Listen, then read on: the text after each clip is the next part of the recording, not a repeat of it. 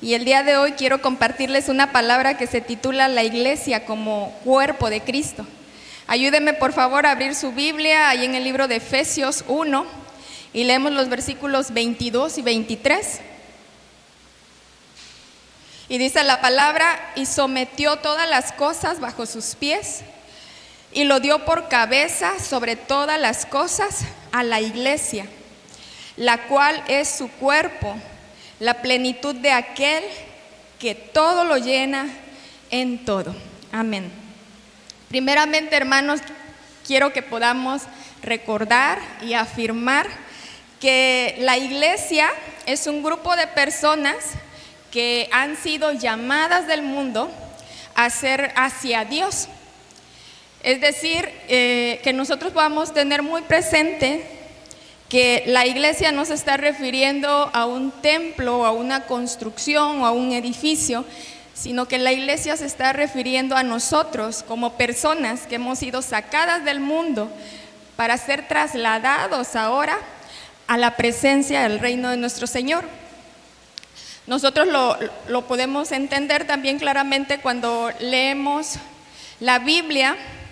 Cuando decimos que el apóstol Pablo perseguía a la iglesia, nos referimos que perseguía a las personas que creían en Jesús.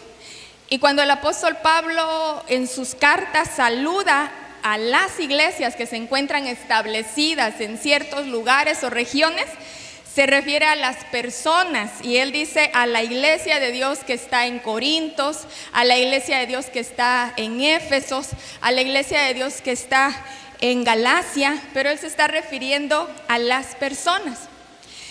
Y una vez teniendo claro esta parte, nosotros podemos entender lo que nos dice aquí Efesios en 1:23. Nos está diciendo que nosotros como iglesia formamos el cuerpo de Cristo y que nosotros, o que la iglesia, que el cuerpo tiene una cabeza, y esa cabeza se llama Jesucristo. La cabeza o Jesucristo ejerce un dominio sobre la iglesia o sobre el cuerpo, y la iglesia, el cuerpo, se mantiene unido a la cabeza, que es Jesucristo, pero también nos mantenemos unidos a cada uno de los miembros del cuerpo de Cristo. También tenemos que entender que la iglesia tiene un fin por el cual está instituida por Dios. Y eso nosotros lo podemos encontrar en Efesios 2:20. Nos dice cómo se tiene que llevar a cabo la iglesia o cómo se tiene que construir a esta iglesia. La palabra dice: edificados sobre el fundamento de los apóstoles y profetas, siendo la principal piedra del ángulo Jesucristo mismo. Es decir, hermanos, que este cuerpo que conforma la iglesia de Cristo está siendo edificado, está siendo construido, pero está siendo edificado y construido directamente, principalmente por Jesucristo, porque la base o el fundamento que los apóstoles y los profetas enseñaban tiene que ver con las verdades bíblicas que proceden de Dios, que proceden de Jesús. Y Jesús está siendo la piedra angular, es decir, la piedra que sostiene la construcción, que sostiene lo que está siendo edificado, construido en nuestras vidas, lo que está siendo renovado, lo que está siendo transformado, lo que está siendo puesto en nuestras vidas, en las diferentes áreas. Esto está siendo edificado por nuestro Señor Jesucristo. Él es el que lo sostiene. Algo importante que tenemos que saber es que la iglesia fue llamada a ser la plenitud de aquel que todo lo llena en todo. Ahí mismo en el versículo 23 al final nos dice esto. Buscaba yo una de las definiciones, o más bien la definición de esta palabra plenitud precisamente en este versículo, y la definición es totalidad o total. Es decir, que como cuerpo de Cristo, nosotros hemos sido llamados a ser llenos por las riquezas de nuestro Señor Jesucristo, pero en su totalidad, no a medias, no un poquito, sino en su totalidad. completamente hemos sido llamados a ser llenos. Y la plenitud de Cristo es el cuerpo de Cristo. La plenitud de Cristo nosotros como iglesia tenemos que poder manifestarla, es decir, manifestar la naturaleza de Jesús, poder manifestar la naturaleza de Jesús, que venga y que llene nuestro interior para que sea regenerado, para que sea reconstruido y para que nosotros como iglesia, de una manera personal, yo como persona, pero también nosotros como cuerpo, como iglesia, que Jesús lo llene todo en mí, en su totalidad, que llene mi interior en su totalidad, pero que llene el interior de cada uno de ustedes en su totalidad también, para poder llegar a ser esta iglesia, este cuerpo, con la plenitud de Cristo. Si nosotros podemos aplicar esto en nuestra vida, podemos decir, bueno, un cuerpo debe de manifestar la plenitud de Cristo, es decir, por ejemplo, un cuerpo debe de poder buscar o dejar de buscar la aceptación en el mundo. Una persona que es rechazada debe de dejar de buscar la aceptación en el mundo y aceptar la aceptación que Jesucristo le da. No podemos tener dentro de la iglesia, dentro del cuerpo de Cristo, personas que se sienten rechazados. Seguramente algunos de nosotros llegamos así, siendo rechazados por nuestra familia, por nuestros papás, por nuestros esposos, por algún ser querido, por algún ser muy cercano, y eso ha lastimado, ha marcado nuestras vidas. Pero cuando nosotros venimos a ser parte del cuerpo de Cristo, dice que fuimos nosotros bautizados, sumergidos en el cuerpo de Cristo. ¿Para qué? Para tener esa plenitud que Jesús quiere darnos. Es decir, Jesús va a venir a llenar ese vacío de rechazo y va a venir a depositar en su totalidad ese amor en nuestras vidas. Jesús va a venir a quitar la tristeza o la depresión del cuerpo de Cristo. Va a venir a poner ese gozo, va a venir a poner esa seguridad, va a venir a llenar en su totalidad el cuerpo de Cristo. Y eso es poder reflejar como iglesia la plenitud de Cristo y dejar que Él siga obrando en nuestras vidas. Jesús, mediante la redención, hizo un solo cuerpo, hermanos, un solo pueblo. ¿Para qué? Para manifestar su gloria. Efesios 2:15 nos dice, aboliendo en su carne las enemistades, la ley de los mandamientos expresados en ordenanzas, para crear en sí mismo de los dos un solo y nuevo hombre, haciendo la paz. Amén. Entonces aquí nosotros podemos ver, hablando de los dos pueblos de Dios, hablando del pueblo judío y hablando del pueblo gentil, que es donde nosotros pertenecemos. Dice que Dios en el cuerpo, en la iglesia, ha venido a ser una sola. La iglesia es una sola, el cuerpo es uno solo, no existen dos cuerpos, no existen tres cuerpos, no existen más cuerpos, es uno solo y tiene una sola cabeza, y esa cabeza se llama Jesucristo. Y cuando Jesús hizo esto, dice que trajo también la reconciliación y que creó un nuevo pueblo, es decir, creó un nuevo hombre en nosotros, creó una nueva naturaleza. La naturaleza pecaminosa que teníamos ha quedado en el pasado y nosotros hemos resucitado en una nueva vida y hemos sido revestidos por Él, hemos sido transformados. Pero todo esto Jesús lo hace para que nosotros podamos seguir haciendo discípulos. Ese es el objetivo, hermanos. Si usted dice, ¿por qué tengo que mostrar la plenitud de Cristo en mi vida?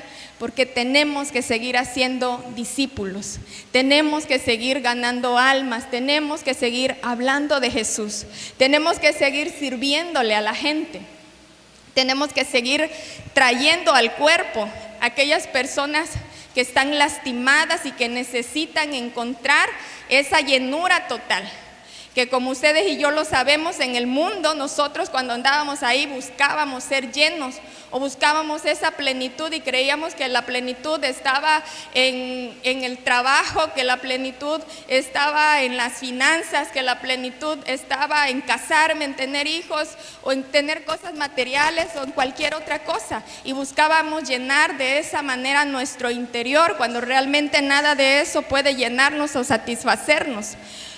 Porque fuimos creados para eso, para pertenecer al cuerpo de Cristo y para nosotros poder reflejar esa plenitud de Cristo en nuestras vidas. Tenemos que ser un cuerpo pleno, dígale al que tiene a su lado. Tienes que ser un cuerpo pleno, deja que Jesús llene tu vida, pero en su totalidad. Amén, en su totalidad, completamente plenos. Eso es lo que Dios quiere hacer con su iglesia. Hermanos, también la iglesia fue llamada a manifestar el reino de Dios. Manifestar el reino de Dios. El reino de Dios, hermanos, no es algo visible. Amén. No podemos ver el reino de Dios. El reino de Dios es invisible y el reino de Dios es espiritual y es sobrenatural. Déjeme leerle lo que dice Efesios 2:19. Así que ya no sois extranjeros ni advenedizos, sino conciudadanos de los santos y miembros de la familia de Dios. Fíjese que dentro de este reino existe una ciudadanía que nos es otorgada cuando nosotros somos parte del reino de Dios. Es decir, no importa que usted y yo seamos mexicanos, o no importa que nuestro pastor, vamos a nombrarlo porque lo extrañamos, no importa que nuestro pastor sea hondureño, sea de nacionalidad hondureña, ¿verdad? Y esté dentro de este cuerpo que somos mexicanos, dentro del reino de Dios, la única ciudadanía que importa es la que Dios nos da. Amén. Somos parte de ese reino y dice Dios nos da una ciudadanía y esto tiene que ver con que tenemos derechos en el reino de Dios, pero también tenemos responsabilidades y tenemos obligaciones dentro del reino de Dios. En el reino de Dios, uno de nuestros derechos o beneficios es que nosotros en el reino de Dios hay sanidad y nosotros tenemos derecho a esa sanidad. En el reino de Dios hay bendición y nosotros tenemos derecho a esa bendición porque tenemos esa ciudadanía, si usted quiere, esa credencial que nos dice eres ciudadano del reino de Dios. Y el reino de Dios, hermanos, tiene que seguir expandiéndose. El reino de Dios se expande. ¿Cómo? Se expande a través de nosotros. A través de nosotros se expande el reino de Dios. ¿Cómo lo hacemos? Como iglesia del Señor lo hacemos ganando almas para Cristo. Así expandemos el reino de Dios, trayendo almas que dejen el mundo, que dejen ese lugar oscuro, las tinieblas, y que vengan a ser parte del reino de Dios. ¿Cómo podemos ser parte del reino de Dios? Así como usted y yo logramos entrar y accesar y ahora estar dentro de Él, reconociendo a Jesús por medio de la salvación, reconociendo el sacrificio que Él hizo, dejando atrás el viejo hombre y tomando la nueva naturaleza que Jesús nos ha dado. Somos parte de este reino. Cuando nosotros nos movemos a cualquier lugar, hermanos, en su trabajo, en su escuela, en la colonia, salimos a las compras, al mercado, donde quiera que vamos, somos portadores del reino de Dios. El reino de Dios nosotros lo portamos y es ahí donde nosotros tenemos la oportunidad de poder expandirlo, de poder depositarlo o mostrarlo o de manifestarlo, como dice este punto número 2, manifestar el reino de Dios. Y cuando nosotros estamos en esas diferentes labores aquí en este mundo, ¿verdad? Vamos al trabajo, ¿cómo tenemos que comportarnos? Como ciudadanos del reino de Dios. honestamente, honradamente en su trabajo, ¿verdad? Usted es portador del reino, usted tiene esa ciudadanía, no solo cuando nos congregamos o cuando nos reunimos, usted dice, yo soy portador del reino de Dios. No, en la escuela, ahí donde van ustedes jóvenes, en el trabajo donde estamos muchos de nosotros, somos portadores del reino. ¿Cómo tenemos que conducirnos? Bueno, como un representante del reino de Dios. Como un representante del reino de Dios, como alguien que porta el reino de Dios, hablar con la verdad, que haya en nosotros honestidad, que nosotros podamos mostrar siempre, conducirnos siempre como Dios desea que nosotros lo podamos hacer. Pero volviendo al punto en el cual iniciaba, Jesucristo mismo dijo en Juan 18:36, decía, mi reino no es de este mundo.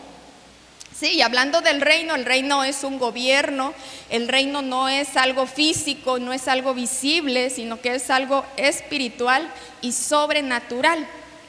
Es decir, hermanos, que si nosotros hablamos de algo sobrenatural, hablamos de algo que excede a lo natural. Lo natural nosotros lo podemos ver con nuestros ojos, pero lo sobrenatural no. Lo sobrenatural está fuera de lo natural.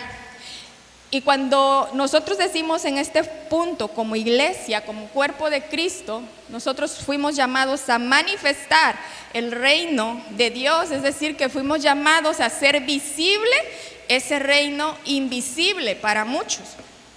¿Cómo lo podemos hacer? Bueno, manifestando o a través del poder. La Biblia dice en 1 Corintios 4:20, dice que el reino es un reino de poder y no de palabras, ¿sí? Anótelo ahí en su cuadernito, 1 Corintios 4:20, dice es un reino de poder y no de palabras. Hermanos, nosotros estamos buscando y anhelando mucho como iglesia, y en verdad nuestra oración es que todos podamos tener ese sentir, ese deseo de poder tomar o de experimentar este poder y de poder manifestar el reino de Dios en medio de nosotros con este poder de Dios, a través de los milagros, a través de las sanidades. Cuando yo estudiaba esto, yo podía entender que cuando nosotros hablamos de tener un poder, estamos hablando de acceder a ese reino sobrenatural y nosotros traer del reino sobrenatural lo que no hay en este reino natural. Es decir, hermanos, miren, hablando de enfermedades, creo que, si no me corriges, si no es que todas, la mayoría de las enfermedades tienen una explicación del por qué, ¿cierto? Sí, la mayoría de las enfermedades tienen una explicación del por qué. A excepción, ¿verdad?, cuando nosotros sabemos que cuando alguien va a un chequeo médico y pareciera que tiene las características de portar un cáncer y le hacen todos los chequeos y demás y dicen, no, es que usted no tiene nada. Bueno, estamos hablando ahí de una enfermedad espiritual, ¿no? Pero todas las enfermedades tienen una explicación. De repente a una persona se le puede dañar el riñón, el hígado y le dicen el motivo o la razón. Pero hermano, explique una regeneración de un hígado o de un riñón. ¿Hay una explicación? No lo hay. No lo hay, porque como humanos tenemos acceso a lo natural, pero no a lo sobrenatural. Los milagros tienen que ver con lo sobrenatural. Tiene que ver con acceder a ese reino de poder y de allá de lo sobrenatural poder nosotros declarar en el reino de Dios, hermanos, ¿existen enfermedades? No existen. Miren, cuando Jesús vino a la tierra, cuando nuestro Señor Jesucristo vino a la tierra, Él decía esto: el reino de Dios se ha acercado, y Él predicaba con poder y mostraba este poder. ¿Qué hacía? Milagros, sanidades, levantaba muertos, hacía paralíticos caminaban, daba vista a los ciegos, y le cuestionaban ¿En nombre de quién lo haces? ¿O con el poder o con la autoridad de quién lo haces? ¿O cómo lo haces? O sea, humanamente queremos tener una explicación, pero no podemos tener ninguna explicación humana a lo sobrenatural. Y entonces nosotros como iglesia, hermanos, tenemos que tomarnos de esto. Una responsabilidad tan grande, les decía yo, existen en el reino derechos y responsabilidades, y dentro de esto la responsabilidad de nosotros es manifestar el reino de Dios. Y nosotros tenemos que tomar esta responsabilidad, porque cuando alguien nos pregunte ¿y cómo tal persona fue sana?, no vamos a tener explicación humana. Y entonces nosotros vamos a afirmar que el reino y el rey existen. Amén. Hermanos, cuando nosotros podamos manifestar como iglesia el poder de Dios, cuando nosotros veamos cómo el poder de Dios se manifiesta y cómo se pueden sanar enfermos, cómo se pueden reconstruir órganos, cómo alguien que había sido sentenciado a muerte médicamente no tenía ninguna forma de ser sano, puede ser levantado, Dios puede regenerar órganos. Entonces, cuando la iglesia sea capaz de manifestar ese poder del reino aquí en la tierra, nosotros estamos diciendo, afirmando que el reino y que el rey existen. ¿Cuál va a ser la explicación? El reino y el rey existen.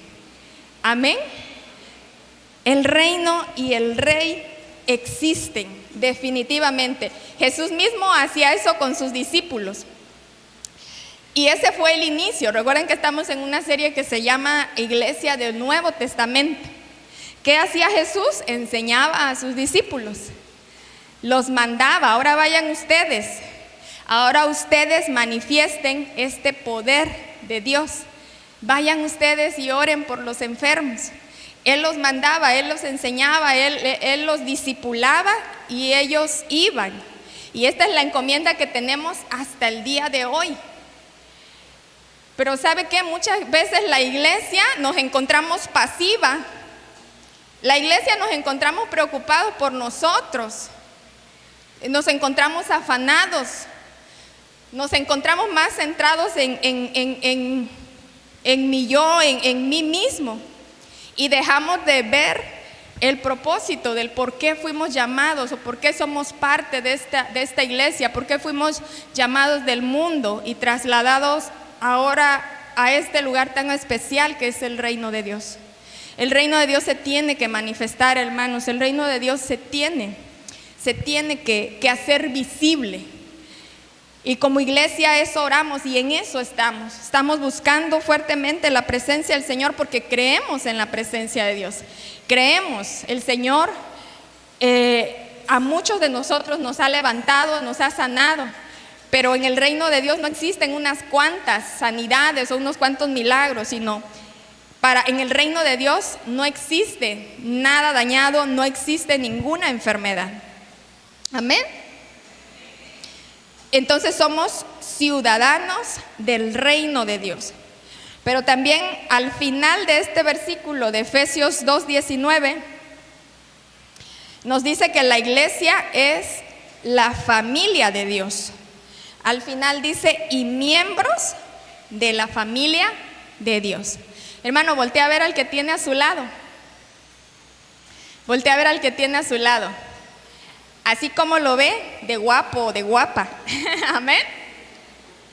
Es su familia. Es su familia, hermano. Dicho sea de paso, hermano Luis, me da muchísimo gusto. Como familia en Cristo nos alegramos que estés nuevamente aquí. Cuando te vi entrar, mis ojos se llenaron de lágrimas como ahorita porque soy bien chillona. Me alegra demasiado con todo mi corazón y yo sé que no nada más a mí. Tu familia en Cristo nos alegramos. Nos alegramos que estés aquí.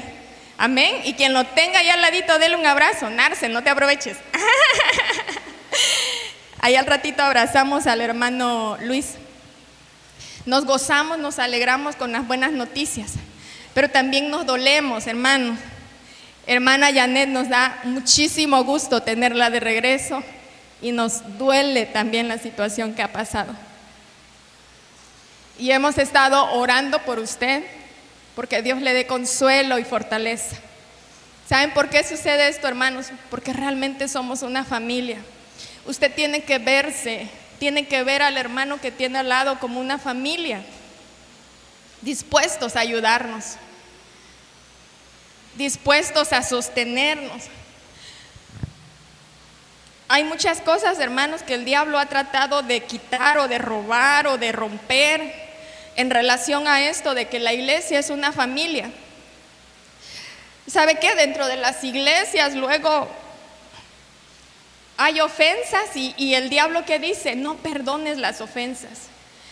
Y de repente podemos estar juntos en la congregación, pero no hablarnos. Podemos estar juntos en la congregación y buscar evadir al hermano que nos hizo alguna ofensa.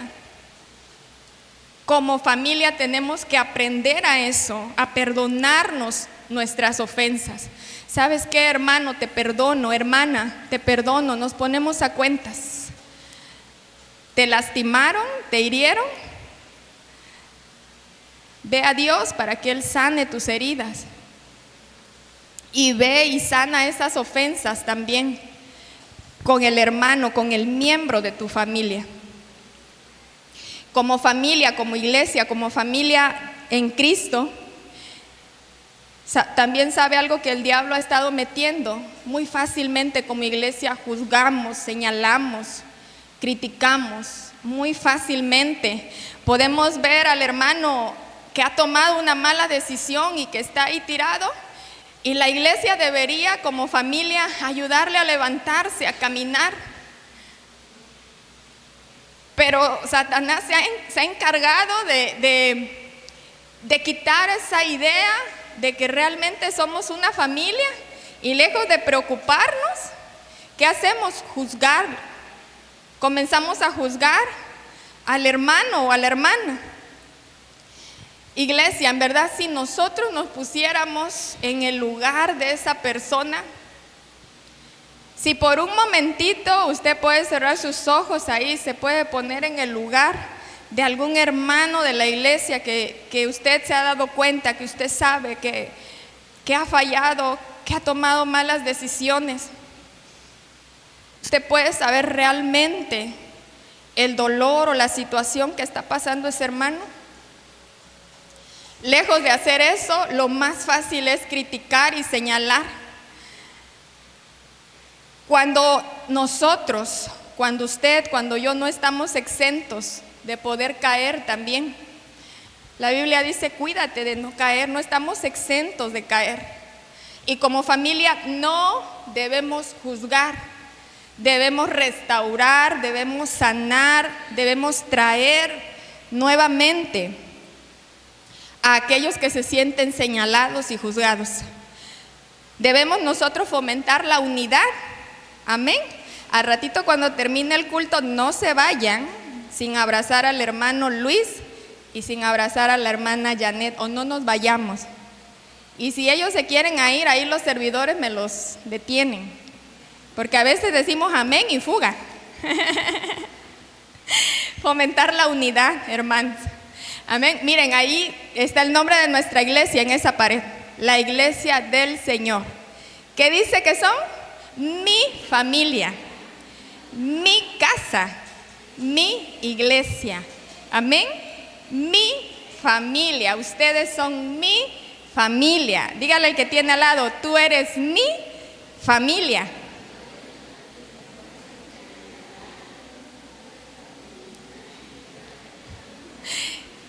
Debemos ser una verdadera familia en la fe. Amén. Hermanos, cuando nosotros estamos fuera de nuestra casa, nosotros nos podemos dar cuenta cuán hermoso es Dios.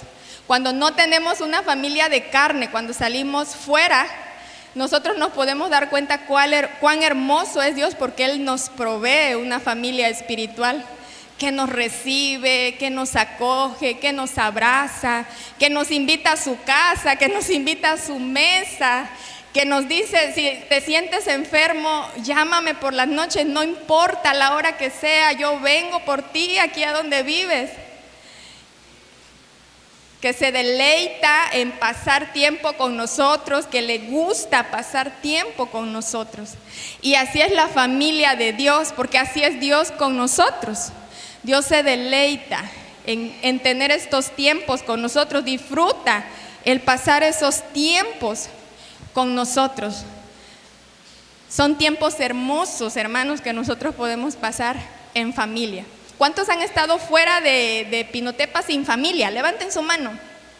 Sin familia en carne. Amén. ¿Sí?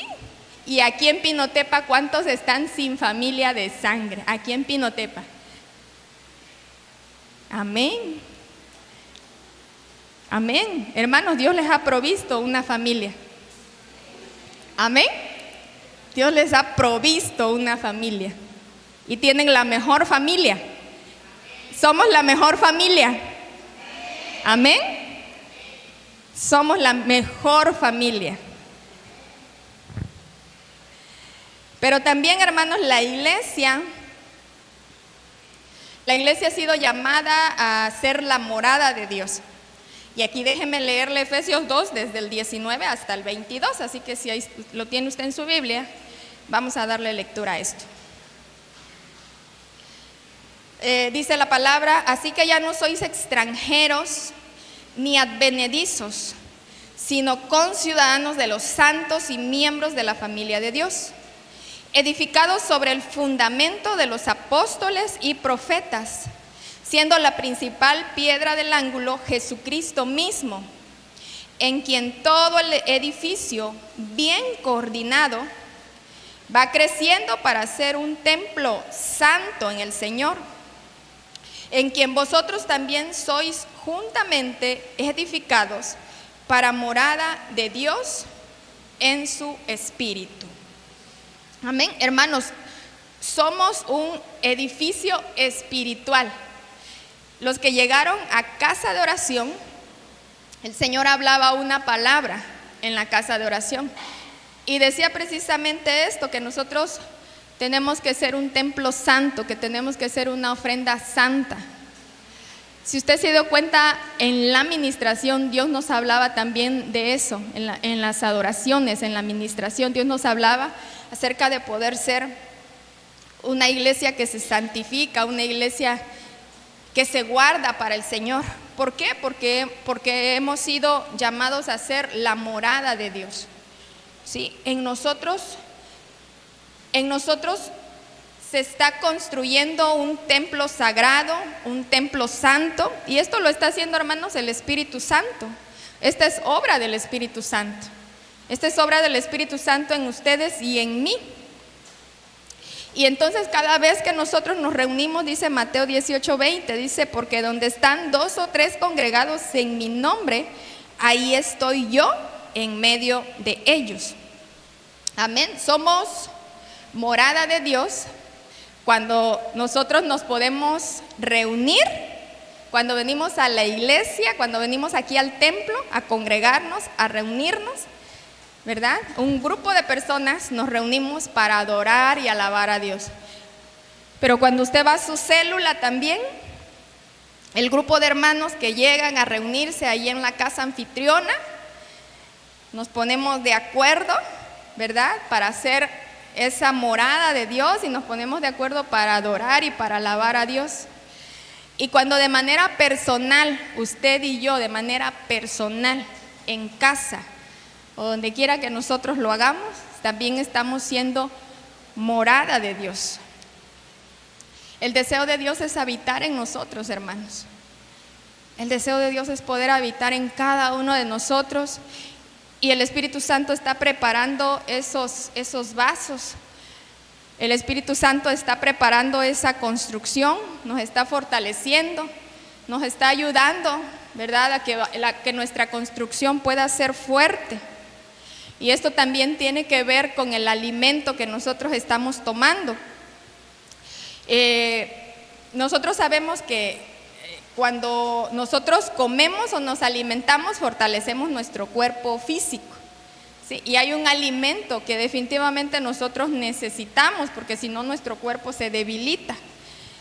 Cuando una persona nueva llega a la iglesia, nosotros decimos es un bebé espiritual y lo tratamos así porque nuestro deseo, hermanos nuevos que llegan a la iglesia, nuestro deseo cuando les decimos, hermanos, permítanos visitarnos, permítanos ir a su casa, compartirles unas lecciones, aclararles tal vez muchas dudas que ustedes tienen. Nuestro deseo es poder brindarles ese alimento específico para un bebé espiritual, ese alimento espiritual para que el desarrollo de cada uno de nosotros vaya siendo de manera saludable.